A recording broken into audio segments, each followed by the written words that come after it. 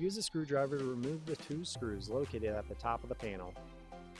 Gently lift up on the panel and remove it from its position.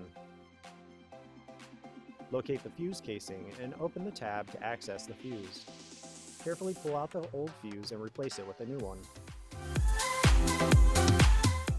Close the tab to ensure the new fuse is properly secured.